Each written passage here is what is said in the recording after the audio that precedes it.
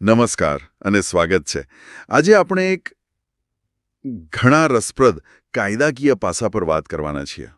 Factories act 1948 અને એમાં પણ ખાસ કરીને કલ્યાણ એટલે કે વેલફેર માટેની જે જોગવાઈઓ છે એના પર ઊંડાણપૂર્વક ચર્ચા કરીશું. આપણી પાસે આના પરના કેટલાક દસ્તાવેજો છે. આપણો મુખ્ય હેતુ એ સમજવાનો છે કે આ બધી જોગવાઈઓ છે શું અને મતલબ ખાલી પગાર સિવાય કામદારોના જીવન માટે, એમના સ્વાસ્થ્ય માટે આ કેમ આટલું મહત્વનું છે. સાચું કહું તો અમુક વસ્તુઓ તો કદાચ સાંભળીને નવાઈ લાગશે, જેમ કે ફેક્ટરીમાં બાળકો માટે ઘોડિયાઘર ફરજિયાત કે પછી ખાસ વેલફેર ઓફિસર. ચાલો સમજીએ આ બધું. તો શરૂઆત કરીએ કલ્યાણ શબ્દથી જ. કાયદામાંનો અર્થ શું છે?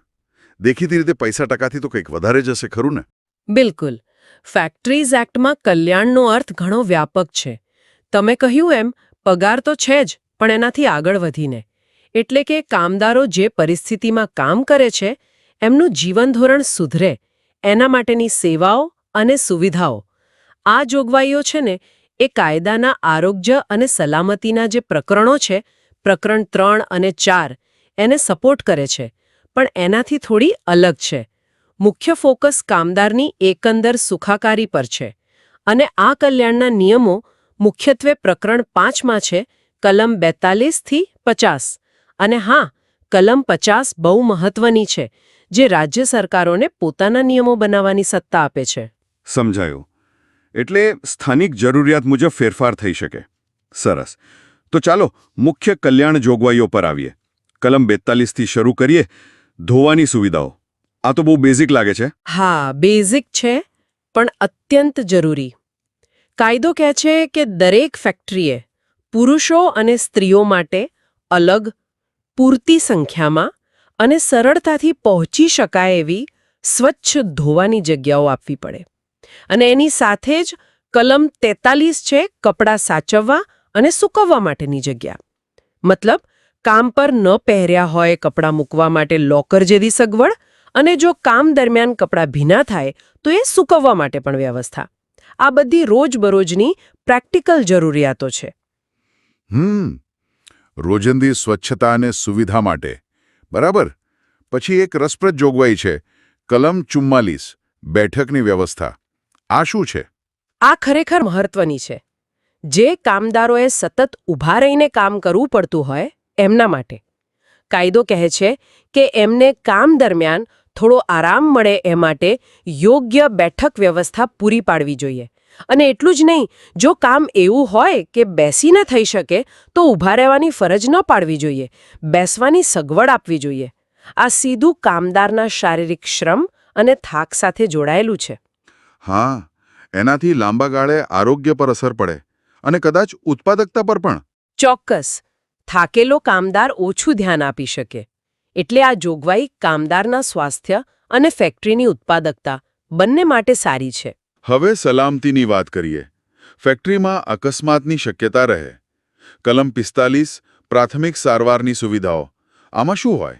આ ખૂબ જ ક્રિટિકલ છે. દરેક ફેક્ટરીમાં કામદારોની સંખ્યાના આધારે નક્કી કરેલી સામગ્રી સાથેના ફર્સ્ટ એડ બોક્સ હોવા જ જોઈએ, અને એ પણ એવી જગ્યાએ કે તરત મળી શકે. આ બોક્સની દેખરેખ માટે કોઈ તાલીમ પામેલ વ્યક્તિ હોવી જોઈએ.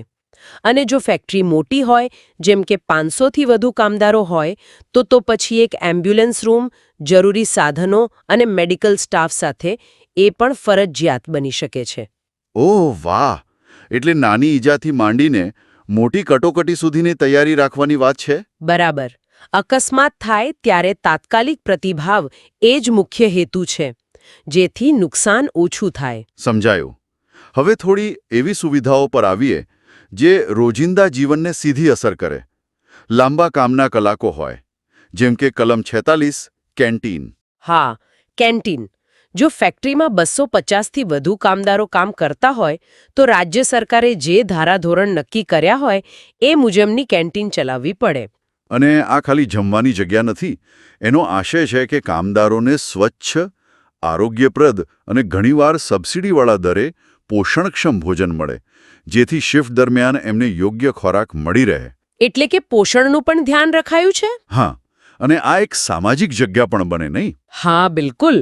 સાથે બેસીને જમવાથી એક સામૂહિક ભાવના પણ કેળવાય. અને ધારો કે 250થી ઓછા કામદારો હોય તો કે પછી જમવા સિવાય ખાલી આરામ કરવા માટે? એના માટે કલમ 47 છે. આશ્રયસ્થાનો, વિશ્રામગૃહો અને ભોજન રૂમ. જો 150થી વધુ કામદારો હોય તો એમને આરામ કરવા માટે કે પોતાનું ટિફિન લાવીને શાંતિથી જમી શકે એ માટે યોગ્ય જગ્યા આપવાની રહે. આ જગ્યા પણ સ્વચ્છ, હવા ઉજાસવાળી હોવી જોઈએ.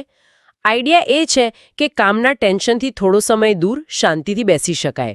માનસિક આરામ માટે પણ જરૂરી છે. એટલે શારીરિક અને માનસિક બંને પ્રકારના આરામની વાત છે. સરસ. હવે પેલી ખાસ જોગવાઈ પર આવીએ જેનો આપણે શરૂઆતમાં ઉલ્લેખ કર્યો હતો. કલમ 48 ઘોડિયાઘર એટલે કે ક્રેચ. આ ખરેખર ક્રાંતિકારી જેવું લાગે છે એ સમય માટે. હા, તમે સાચું પકડ્યું. 1948ના સંદર્ભમાં આ ખૂબ જ પ્રગતિશીલ જોગવાઈ હતી અને આજે પણ એટલી જ મહત્વની છે. કાયદો કહે છે કે જો કોઈ ફેક્ટરીમાં 30 કે તેથી વધુ મહિલા કામદારો હોય તો એમના 6 વર્ષથી નાના બાળકો માટે ફેક્ટરીના પરિસરમાં જ યોગ્ય સુવિધાવાળું ઘોડિયાઘર હોવું ફરજિયાત છે. અને કેવું હોવું જોઈએ? તો કે સ્વચ્છ, સલામત, પૂરતો પ્રકાશ અને હવા ઉજાસ હોય, રમકડા હોય અને સૌથી અગત્યનું બાળકોની સંભાળ રાખવા માટે તાલીમ પામેલી સ્ત્રીઓ હોય. આ તો ખરેખર કમાલ કહેવાય. આનાથી કામ કરતી માતાઓને કેટલી મોટી રાહત મળે. બાળકની ચિંતા વગર કામ પર ધ્યાન આપી શકે. બરાબર. આ સીધો મહિલાઓની વર્કફોર્સમાં ભાગીદારીને સપોર્ટ કરે છે. ઘણી સ્ત્રીઓ બાળક થયા પછી કામ છોડી દેતી હોય છે કારણ કે બાળકની સંભાળ કોણ રાખશે એ પ્રશ્ન હોય. આ જોગવાઈ એ અવરોધને દૂર કરવાનો પ્રયાસ છે. અને આને તમે કહ્યું એમ અત્યારની મેટર્નિટી બેનિફિટ જેવી યોજનાઓ સાથે પણ જોડી શકાય ને? હા, ચોક્કસ. હવે એ દિશામાં વિચાર થઈ રહ્યો છે કે આ બધી બાબતોને એકીકૃત કરીને કેવી રીતે માતા અને બાળક બંને માટે વધુ સારો સપોર્ટ બનાવી શકાય. સ્તનપાન માટે અલગ રૂમની જરૂરિયાત પણ આની સાથે જોડાયેલી છે. આ બધી કલ્યાણ સુવિધાઓ છે, કાયદામાં લખેલી છે. પણ એમનું પાલન કોણ કરાવે? મતલબ કોણ ચેક કરે કે આ બધું બરાબર ચાલે છે કે નહીં? એના માટે 2 મુખ્ય કલમો છે, કલમ 49 અને કલમ 50. પહેલા કલમ 49ની વાત કરીએ. કલ્યાણ અધિકારીઓ, વેલફેર ઓફિસર્સ.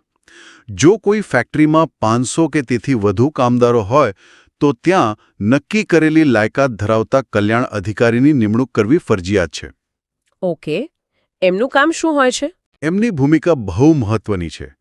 તેઓ મેનેજમેન્ટ અને કામદારો વચ્ચે એક કડી તરીકે કામ કરે છે.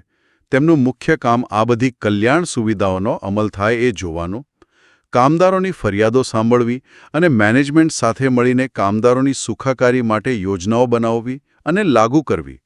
એમની લાયકાત અને ફરજો રાજ્ય સરકાર નક્કી કરે છે. આ ખૂબ જવાબદારીવાળું પદ છે કારણ કે એમને બંને પક્ષે સંતુલન રાખવાનું હોય છે. એટલે એક રીતે કાયદાના અમલીકરણનો માનવીય ચહેરો. અને તમે કલમ 50નો ઉલ્લેખ કર્યો હતો, રાજ્ય સરકારની સત્તા. હા, કલમ 50 રાજ્ય સરકારોને સત્તા આપે છે કે તેઓ આ પ્રકરણ 20 હેઠળ આવતી કલ્યાણ જોગવાઈઓ બાબતે વિગતવાર નિયમો બનાવી શકે. આનાથી શું થાય કે દરેક રાજ્ય પોતાની સ્થાનિક પરિસ્થિતિ, ઉદ્યોગોના પ્રકાર, કામદારોની જરૂરિયાતો વગેરેને ધ્યાનમાં રાખીને નિયમો બનાવી શકે. જેમ કે કેન્ટીન મેનુમાં શું હશે, ક્રેચમાં કેટલો સ્ટાફ હશે, કલ્યાણ અધિકારીની ચોક્કસ લાયકાત શું હશે, આ બધું રાજ્ય નક્કી કરી શકે. એટલે કેન્દ્રનો કાયદો એક માળખું આપે અને રાજ્ય એમાં વિગતો ભરે, એમને? બરાબર. એનાથી કાયદો વધુ વ્યવહારુ અને અસરકારક બને છે. રાજ્યો ધારે તો કાયદામાં ન હોય એવી વધારાની કલ્યાણ સુવિધાઓ પણ ફરજિયાત કરી શકે છે. તો અમલીકરણ માટે રાજ્ય સ્તરની ભૂમિકા ચાવીરૂપ છે. પણ માની લો કે કોઈ ફેક્ટરી આ બધું પાલન ન કરે તો શું થાય? દંડ કેવું કંઈ? હા, ચોક્કસ. કાયદાના પાલન માટે ફેક્ટરી ઇન્સ્પેક્ટરની નિમણૂક થાય છે. આ ઇન્સ્પેક્ટર નિયમિત રીતે અથવા ફરિયાદ મળે ત્યારે ફેક્ટરીની મુલાકાત લઈ શકે છે. તેઓ તપાસ કરે છે કે સલામતી, સ્વાસ્થ્ય અને કલ્યાણ સહિતની બધી જોગવાઈઓનું પાલન થાય છે કે નહીં. જો કોઈ ખામી જણાય તો તેઓ પહેલાં તો સુધારવા માટે નોટિસ આપે છે.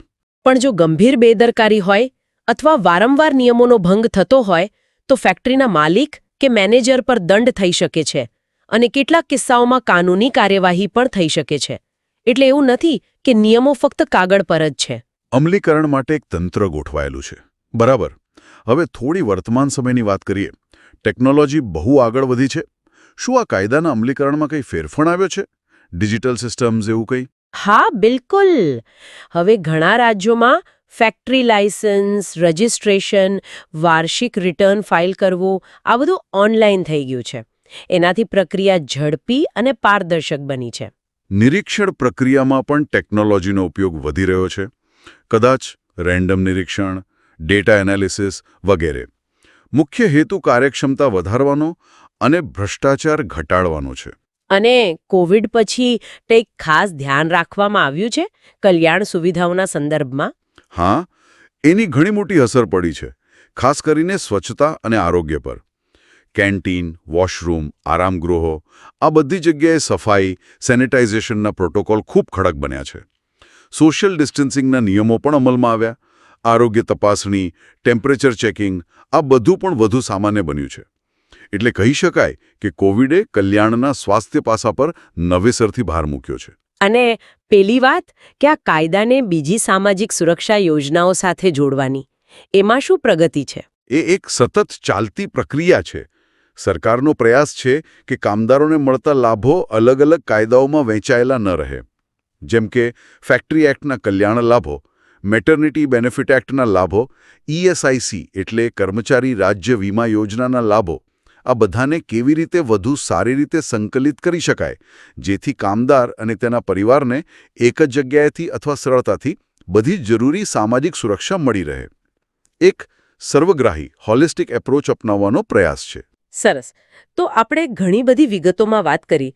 જો શ્રોતાઓ માટે એક ઝડપી રીકેપ કરવું હોય તો મુખ્ય કલ્યાણ સુવિધાઓ કઈ કઈ ગણાવી શકાય ટૂંકમાં? ચોક્કસ. પહેલું, સ્વચ્છ પીવાનું પાણી અને પૂરતી ધોવાની સગવડ. બીજું, સ્ત્રી પુરુષ માટે અલગ અને સ્વચ્છ શૌચાલય. ત્રીજું, કપડાં રાખવા અને સૂકવવા માટે જગ્યા. ચોથું, બેઠકની વ્યવસ્થા, ખાસ કરીને ઊભા રહીને કામ કરતા લોકો માટે. પાંચમું, પ્રાથમિક સારવારની પેટી અને જરૂર પડે એમ્બ્યુલન્સ રૂમ. છઠ્ઠું, કેન્ટીન 250+ કામદારો માટે. સાતમું, આશ્રયસ્થાન, વિશ્રામગૃહ અને ભોજન કક્ષ 150+ કામદારો માટે. આઠમું અને બહુ મહત્વનું, મહિલાઓ માટે ક્રેચ 30+ મહિલા કામદારો માટે. અને નવમું, આ બધા પર દેખરેખ રાખવા અને સંકલન કરવા માટે કલ્યાણ અધિકારી 500+ કામદારો માટે. બરાબર. આ લિસ્ટ પરથી જ ખ્યાલ આવે છે કે કાયદો કેટલી બધી બાબતોનું ધ્યાન રાખે છે. તો આખી ચર્ચાનો સાર એ જ નીકળે છે કે ફેક્ટરીઝ એક્ટની આ કલ્યાણ જોગવાઈઓ ખાલી નિયમો નથી. એનો ઉદ્દેશ ઘણો મોટો છે. કામદારને માત્ર એક ઉત્પાદનના સાધન તરીકે નહીં, પણ એક માણસ તરીકે જોવાનો છે. એમની ગરિમા જાળવવી, એમના સ્વાસ્થ્યનું ધ્યાન રાખવું અને કામ કરવાની જગ્યાને થોડી વધુ સારી, વધુ માનવીય બનાવવી. તમે એકદમ સાચું કહ્યું. આ કાયદા પાછળનો મૂળભૂત વિચાર એ જ છે કે કામદારનું કલ્યાણ અને ઉદ્યોગની પ્રગતિ એકબીજા સાથે જોડાયેલા છે. સ્વસ્થ અને સંતુષ્ટ કામદાર વધુ સારું કામ કરી શકે છે. પણ જેમ આપણે કહ્યું, કાયદો ગમે તેટલો સારો હોય એનું સાચું અમલીકરણ થવું જરૂરી છે.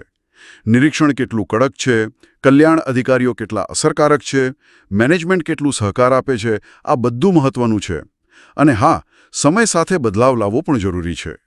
ટેકનોલોજી અપનાવવી, નવી જરૂરિયાતો સમજવી અને રાજ્ય સરકારોએ પોતાની જવાબદારી નિભાવવી, આ બધું ભેગું થાય ત્યારે જ કાયદાનો સાચો લાભ મળે. આ ચર્ચાના અંતે શ્રોતાઓ માટે એક વિચાર મૂકવા માંગુ છું. આપણે કલ્યાણ અધિકારીની વાત કરી કે તેઓ કામદારો અને મેનેજમેન્ટ વચ્ચે સેતુ એટલે કે બ્રિજનું કામ કરે છે. હવે વિચારવા જેવી વાત એ છે કે આ સેતુની મજબૂતી શેના પર આધાર રાખે છે? શું ફક્ત કાયદાના નિયમો પર, કે પછી એ ફેક્ટરીમાં કામ કરતા લોકો વચ્ચેના સંબંધો, વિશ્વાસ અને સંવાદ પર પણ? કદાચ કાયદાની સફળતાનો મોટો આધાર આ માનવીય પાસા પર રહેલો છે. કલ્યાણ અધિકારી, કામદારો અને મેનેજમેન્ટ વચ્ચે કેવો સંબંધ છે એના પર આ કલ્યાણ જોગવાઈઓ જમીન પર કેટલી ઉતરે છે એ નક્કી થતું હશે. આના પર વિચારવા જેવું ખરું.